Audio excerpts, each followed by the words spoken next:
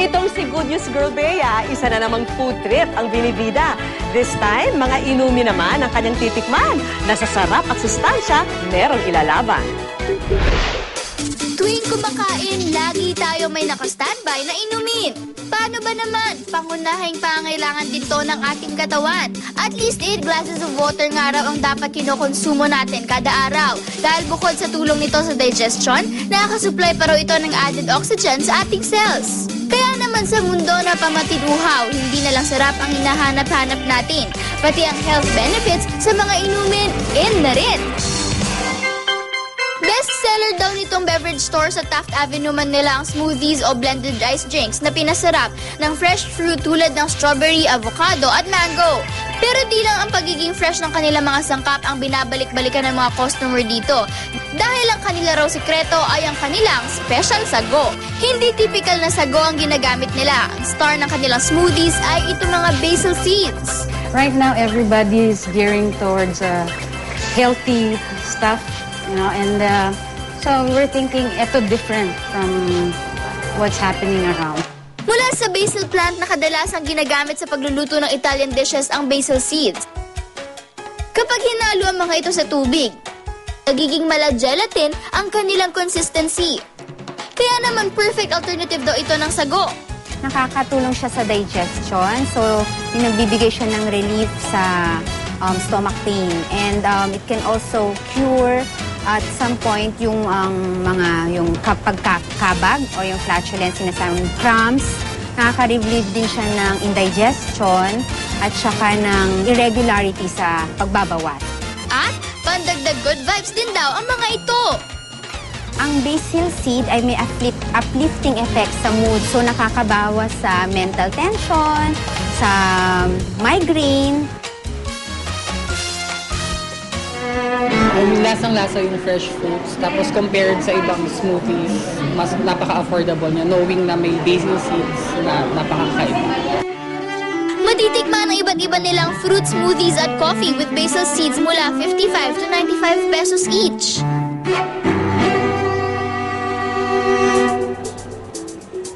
Isa pang kakaibang juice na nag-uumapaw sa sustansya ang natagpuan natin sa isang mall sa Quezon City. At ang main ingredient nito ay sugarcane o tubo. Nakita raw kasi mismo ng may-ari ang potensyal ng sugarcane sa pagiging healthy beverage. Yung trend natin ngayon, masyadong tayong health conscious, no? So yung sugarcane juice is a good alternative na inumin for everybody. Isa-isang pinapasok sa makina ang mga tubo na dadaan sa grinder. Dito makukuha ang katas nito. Sa loob ng isang linggo, halos 1,000 sugarcane daw ang nagagamit nila. 100% natural sweetness daw ang hatid ng sugarcane juice dahil wala itong processed sugar. At sa bawat sip-sip, malalasip din ang nutrisyong hatid nito. Carbohydrates din ito, no? Mas madami tayong nakukuhang sustansya, vitamins and minerals dito dahil hindi masyado siyang processed compared sa raw sugar. Meron siyang fiber, meron pa siyang calcium, at may iba pang mga minerals. Depende sa size ng drink. Nagkakahalaga mula 25 hanggang 100 pesos naman ang sugarcane juice. Hindi siya masyadong matamis kahit galing siya sa sugarcane.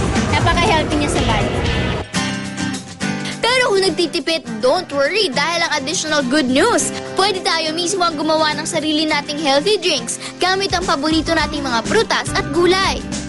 Ayan, ngayon naman meron tayong gagawin na homemade drinks na pwedeng gawin ni mommy for their kids. Mura na, masarap pa at masustansya pa. At tuturuan tayo ngayon ni Mommy Lynn na mahilig din siyang mag-experiment ng drinks for her kids. Para sa isang nutritious smoothie, kailangan lang ng papaya, cucumber o pipino, at avocado. Una munang balatan ng papaya. Ayan, syempre alam naman natin na ang papaya ay nakakatulong sa pagpapalinaw ng ating mata kasi rich siya sa vitamin A. Tsaka ito hiwain sa gitna. Ayan.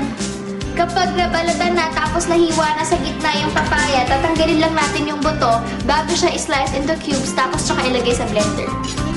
Okay, Bea. Pwede na natin itong i-slice into dice. Sunod na hiwain ng pipino. Dahil 96% daw ng pipino ay tubig, mainam ito for hydration. Itong avocado yung magsisilbing natural sweetener ng ating cucumber, papaya smoothie. Kasi hindi tayo gagamit ng kahit na anong asukal kasi talagang matamis na itong avocado. Siksik naman daw sa vitamins A, C, and E ang avocado na tumutulong magpalakas ng resistensya. Ayan, ngayon na pag naka-cubes na siya, yung mga fruits natin, pwede na siyang i-blend. Una munang ilagay ang nahiwang papaya sa blender. Lagyan muna natin ng konting water para mas madali siyang ma-blend.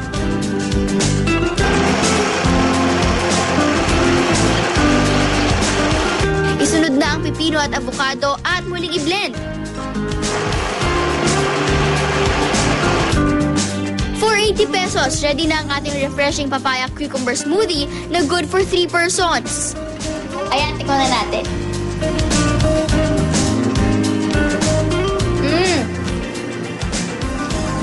Lasang-lasa mo yung yung papaya, yung avocado, tsaka yung cucumber. Tapos, yung texture niya, since hindi ganun ka malambot yung papaya natin at saka yung cucumber, meron kang ma-feel na bit sa dila mo.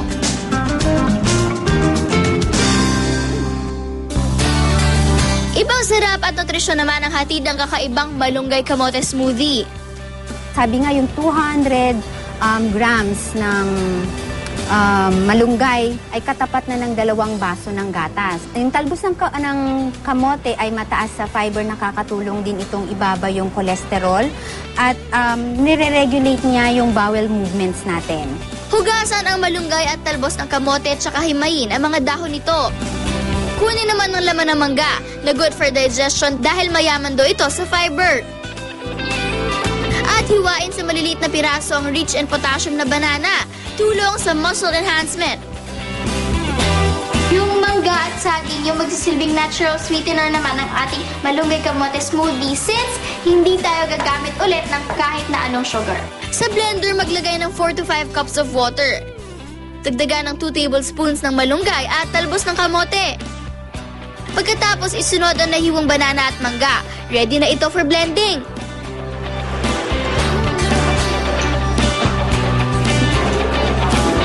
Ready na siya.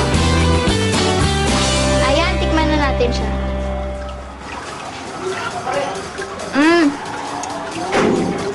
Ito merong medyo maasim pero may tamis din siya. Maasim siya kasi yung mix ng mango tsaka banana. Tapos matamis naman siya. Tapos meron kang mamumuya dahil dun sa malunggay tsaka sa kamote.